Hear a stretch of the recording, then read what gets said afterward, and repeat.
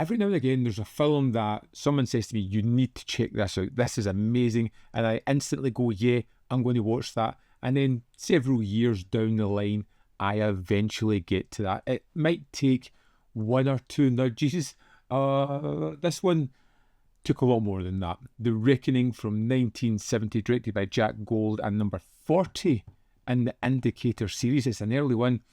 This has become a kind of running joke almost on the membership part of my channel. On the Discord there, Matt has been kind of pushing me to check this out for the longest while, and I just eventually, I couldn't put up with it any longer, more than anything, and decided to stick it on, going, yeah, I'll watch it, it'll be fine, I'll say it's fine, everything will be, oh, wrong, this was a great movie.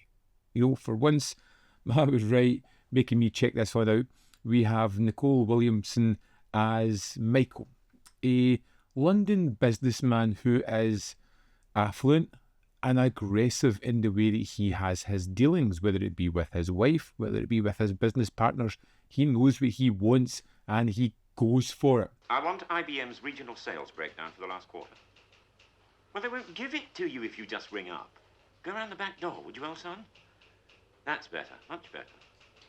And when he finds out that his father is seriously ill, he has to travel back to Liverpool, where he grew up, face his old life and deal with situations that arrive, and he's there. And it's fun seeing this character go from this world of business and eke back into his upbringing, as he is an Irish person in Liverpool. His father has brought him up staunchly, and he is deemed that he has to deal with the ramifications of his father's death, because his father's death, it wasn't an accident, it was at the hands of a beating, and he has to now get revenge for that. I owe you this, Jones, for one old Irish peasant. And he doesn't really see the point in it. It's hard when he's going back to his roots. He's facing all these ideas, feelings, and seeing old people in his life. He's got the stress of his business world in London, the stress of what he has to do now he's back home, the lost time of being away from his family, the death of his father. All of these things are starting to weigh on this character, and it's just fun watching him go through the motions. It has some great parallels with Get Carter, but this came well before that. You know, a character from London travelling back to his hometown to deal with situations of family. But whereas that was all dealt with in the gangster world, this is more kind of legal gangsters here. These are people who work within the business world, that do some boundary pushing there. And I really liked Michael. You can see him start to have somewhat of a breakdown throughout the film, struggling to deal with the loss of a parent, struggling to deal with an almost loss of identity as he kind of pushed that side of him away and became someone else in London. The loss of a marriage as it kind of breaks down in front of our eyes, even though the relationship seemed to be on the ropes already. The business world that he was so in control of starts to kind of falter, and he has this looming weight of, I must get revenge for my dead father. You get more and more like Rasputin every day, an uncontrollable peasant come to kill us all. You know, with you, the class war becomes something very personal. Maybe that's because we're both traitors.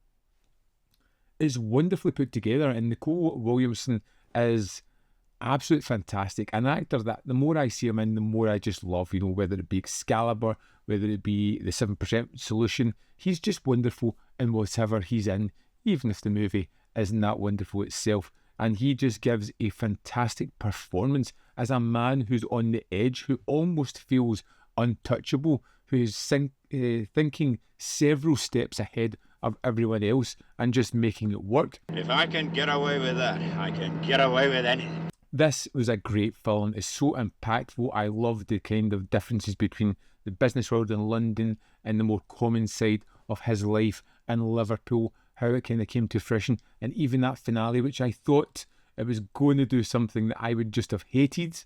It doesn't quite go there and finishes with an absolute perfect line. Do not sleep on this one. Do not sleep on The Reckoning like I did.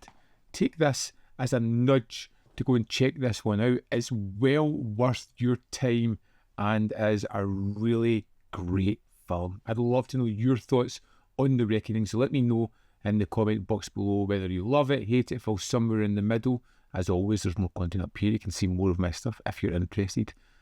In the description box below are links to Patreon, membership program, and manvfilm.com, all ways in which you can support me. Thanks for watching, and I'll see you next time.